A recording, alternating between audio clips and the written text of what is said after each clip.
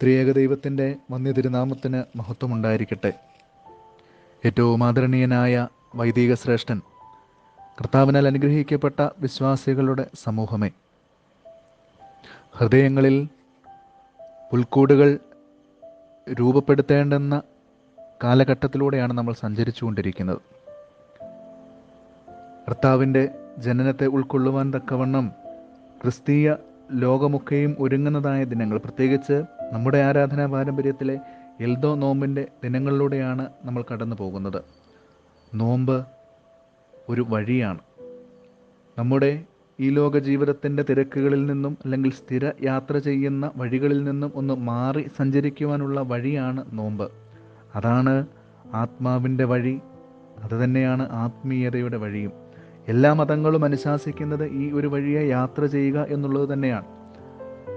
മല കയറിയും ഹജ്ജ് തീർത്ഥാടനം നടത്തിയും പദയാത്രകൾ നടത്തിയുമൊക്കെയും ഓരോ മനുഷ്യനും അവനവനെ തന്നെ ഓർമ്മിപ്പിച്ചുകൊണ്ടിരിക്കുന്നത്, അല്ലെ ഓർമ്മിപ്പിക്കേണ്ടത്, ഞാൻ കേവലം ഒരു ശരീരം മാത്രമല്ല എന്നുള്ള വസ്തുതയാണ്.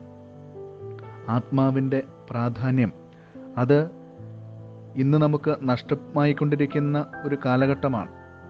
ആത്മാവിനെ പറ്റിയോ ആത്മീയതയെപ്പറ്റിയോ ചിന്തിക്കുവാനുള്ള സമയമോ താല്പര്യമോ ഇല്ലാത്ത ഒരു സമൂഹമായി പലപ്പോഴും നമ്മുടെ സമൂഹം ഇന്ന് മാറ്റപ്പെടുന്നുണ്ട് എന്നുള്ളതാണ് യാഥാർത്ഥ്യം. അവിടെ ഈ നോമ്പിൻ്റെ ദിനങ്ങൾ അത് കേവലം ശരീരത്തിൻ്റെ മാത്രം അനുഷ്ഠാനമായി മാറാതെ ആത്മാവിൻ്റെ പോഷണത്തിന് വേണ്ടിയുള്ള ദിനങ്ങളാക്കി മാറ്റുവാൻ തക്കവണ്ണം ഇടയായി തീരണം. ഈ 25 ദിവസത്തെ നോമ്പിൻ്റെ വഴിയിലൂടെയുള്ള യാത്രയുടെ ഒടുവിൽ തിരിഞ്ഞു നോക്കുമ്പോൾ നമ്മുടെ ആത്മീയ ജീവിതം നാം 25 ദിവസങ്ങൾക്ക് മുമ്പ് നിന്നിരുന്ന അതേ സ്ഥാനത്ത് തന്നെയാണ് നിലനിൽക്കുന്നത് എങ്കിൽ തീർച്ചയായും ഒരു നോമ്പ് കൂടി നമ്മുടെ ജീവിതത്തിൽ നഷ്ടമായി പോയി എന്ന് മനസ്സിലാക്കുക പ്രിയമുള്ളവരെ. പ്രത്യേകിച്ച് ക്രിസ്തുമസിൻ്റെ ഈ കാലഘട്ടം, അത്യുന്നതങ്ങളിൽ ദൈവത്തിന് മഹത്വം, ഭൂമിയിൽ ദൈവപ്രസാദമുള്ള മനുഷ്യർക്ക് സമാധാനം എന്നുള്ള സുവിശേഷകൻ്റെ ഓർമ്മപ്പെടുത്തൽ, അത് നമ്മുടെയൊക്കെ ജീവിതങ്ങളിൽ അർത്ഥവത്തായിട്ട് മാറുവാൻ, സമാധാനം നിറഞ്ഞ ഒരു ജീവിതമായി തീരട്ടെ എന്ന്, ഈ കാലഘട്ടം മാറട്ടെ എന്ന് ആമുഖമായി ആശംസിക്കുകയും പ്രാർത്ഥിക്കുകയും ചെയ്യുകയാണ്. ദൈവത്തിൻ്റെ മനുഷ്യാവതാരം അത് തികഞ്ഞ സാധാരണത്വത്തിൻ്റെ ആഘോഷമായിരുന്നു എന്നുള്ളതാണ് നിങ്ങളുമായി പങ്കുവയ്ക്കുവാൻ തക്കവണ്ണം ആഗ്രഹിക്കുന്നത്. ദൈവത്തിൻ്റെ മനുഷ്യാവതാരം അത് അസാധാരണമായ ഒരു സാധാരണത്വമായിരുന്നു. ക്രിസ്തുവിൻ്റെ ജീവിതത്തിൻ്റെ ഏറ്റവും വലിയ സവിശേഷതയായിരുന്നു സാധാരണത്വം എന്ന് പറയുന്നത്. അവൻ്റെ മനുഷ്യാവതാരത്തിൻ്റെ സൗന്ദര്യം മുഴുവൻ ലയിച്ചിരിക്കുന്നത് ഈ സാധാരണത്വത്തിലാണ്. ക്രിസ്തുവിൻ്റെ ജനനത്തിൻ്റെ ഏറ്റവും വലിയ മഹത്വം എന്ന് പറയുന്നത് അവൻ ഈ ലാളിത്യം സ്വയം തിരഞ്ഞെടുത്തു എന്നുള്ളതാണ്. അവൻ വിചാരിച്ചാൽ ഏത് കൊട്ടാരത്തിൽ വേണമെങ്കിലും ഏത് സുഖസമൃദ്ധിയുടെ നടുവിൽ വേണമെങ്കിലും വന്ന് പിറക്കാമായിരുന്നു. എങ്കിലും അവൻ തിരഞ്ഞെടുത്തത് സമ്പത്തും ആർഭാടവുമൊക്കെ വേണ്ട എന്ന് വെച്ചുകൊണ്ട് അവൻ തിരഞ്ഞെടുത്തത് മനുഷ്യൻ എന്നും ഒഴിവാക്കുവാൻ ആഗ്രഹിക്കുന്ന ദാരിദ്ര്യവും അസൗകര്യങ്ങളുമൊക്കെ തന്നെയാണ്. ദാരിദ്ര്യത്തിൻ്റെയും അസൗകര്യത്തിൻ്റെയും നടുവിലാണ് അവൻ വന്ന് ഈ ഭൂമിയിൽ ശരീരമെടുത്തത്. അതുകൊണ്ട് തന്നെയാണ് ചരിത്രത്തിൽ ഏറ്റവും തെറ്റിദ്ധരിക്കപ്പെട്ടവനായി ക്രിസ്തു മാറിയത്. കാരണം അത്രയ്ക്ക് സാധാരണത്വം പുലർത്തിയത് കൊണ്ടാണ് അവൻ ദൈവമാണെന്ന് തിരിച്ചറിയപ്പെടാതെ പോയത്. നമുക്കറിയാം, താൻ ദൈവപുത്രനാണ് എന്ന് ക്രിസ്തു സ്വയം സാക്ഷിക്കുമ്പോൾ ഇവൻ നമ്മുടെ യൗസേപ്പിൻ്റെ മകനായ തച്ചനല്ലയോ എന്ന് ചോദിച്ചുകൊണ്ടാണ് ശാസ്ത്രിമാരും പരീശന്മാരും അവൻ്റെ മുൻപിലേക്ക് കടന്നു ചെല്ലുന്നത്.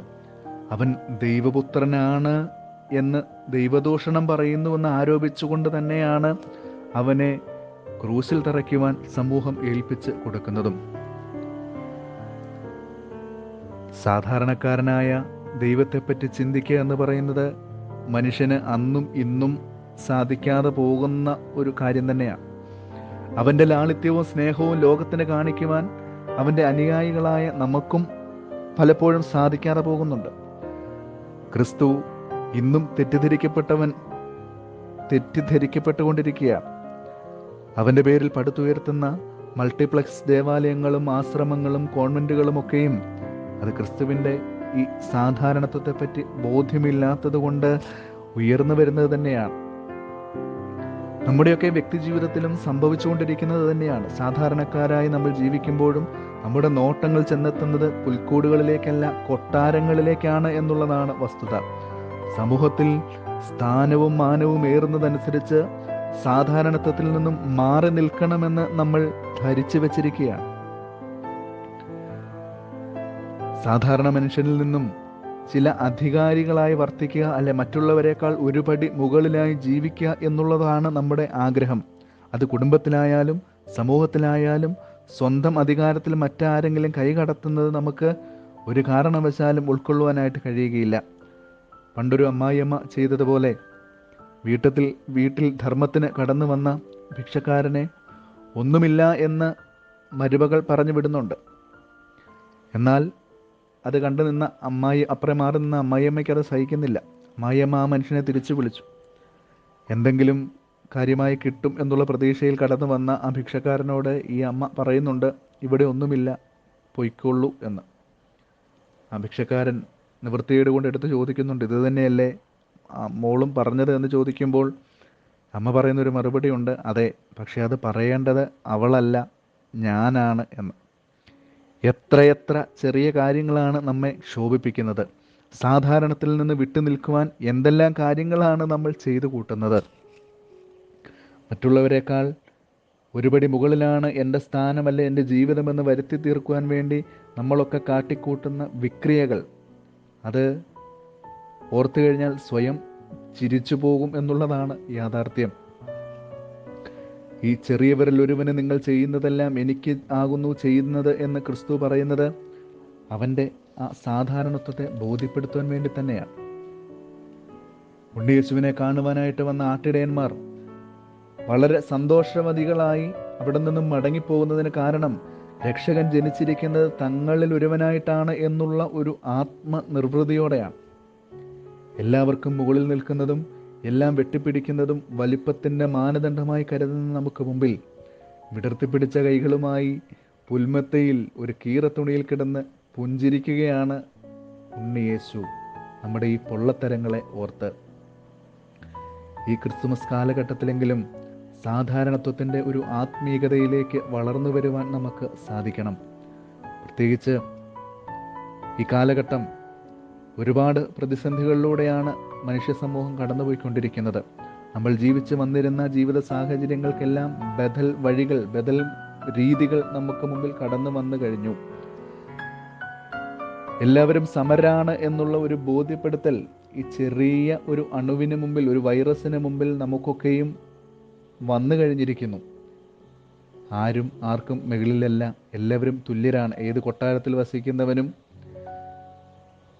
ഏത് കുടിലിൽ വസിക്കുന്നവനും തുല്യരാണ് എന്നുള്ള ഒരു ബോധ്യത്തിലേക്ക് ഞാനും നിങ്ങളും കടന്നു വന്നിരിക്കുന്നതായ ഒരു കാലഘട്ടമാണ്. തീർച്ചയായും അത് ദൈവഹിതം, ദൈവനിശ്ചയം, ദൈവത്തിൻ്റെ പദ്ധതി എന്നോർത്ത് അവൻ്റെ പദ്ധതിക്ക് മുമ്പിൽ തലവണങ്ങി പ്രാർത്ഥനയോടെ ജീവിക്കുവാൻ തക്കവണ്ണം നമുക്ക് ഇടയായി തീരണം. യെശയ്യാ പ്രവാചകൻ ഓർമ്മപ്പെടുത്തുന്നത് പോലെ ഇരുട്ടിലിരുന്ന ജനം വലിയൊരു വെളിച്ചം കണ്ടു എന്നുള്ള ആ ഒരു പ്രവചനം, അത് തീർച്ചയായും ഈ കാലഘട്ടത്തിൽ, പ്രത്യേകിച്ച് ഈ ക്രിസ്മസ് കാലഘട്ടത്തിൽ നമ്മുടെയൊക്കെ ഉള്ളിലേക്ക് കടന്നു വരേണ്ട വലിയ ഒരു ബോധ്യമാണ്. ഈ കോവിഡ്-19 എന്ന മഹാവ്യാധിയുടെ, പകർച്ചവ്യാധിയുടെ നടുവിൽ ആ ഇരുളിൽ ഇരിക്കുന്ന നമുക്ക് ക്രിസ്തുവിൻ്റെ ജനനം ഒരു വലിയ വെളിച്ചമായി, പ്രകാശമായി തീരുവാൻ തക്കവണ്ണം ഇടയായി തീരട്ടെ. നന്മ നിറഞ്ഞ ഒരു ക്രിസ്മസ് കാലഘട്ടം ആശംസിക്കുകയാണ്. പ്രത്യേകിച്ച് പുതിയ ഒരു വർഷത്തിലേക്ക് കടക്കുമ്പോൾ ഈ ഇരുളിൻ്റെ ജീവിത രീതികളൊക്കെ മാറി ശോഭാപൂർണമായ പ്രതീക്ഷകൾ നിറഞ്ഞ സുന്ദരമായ ഒരു പുതിയ വർഷം എല്ലാവർക്കും ദൈവം തമ്പുരാൻ ചുരിഞ്ഞു തരട്ടെ എന്ന് പ്രാർത്ഥിക്കുകയും ആശംസിക്കുകയും ചെയ്യുന്നു.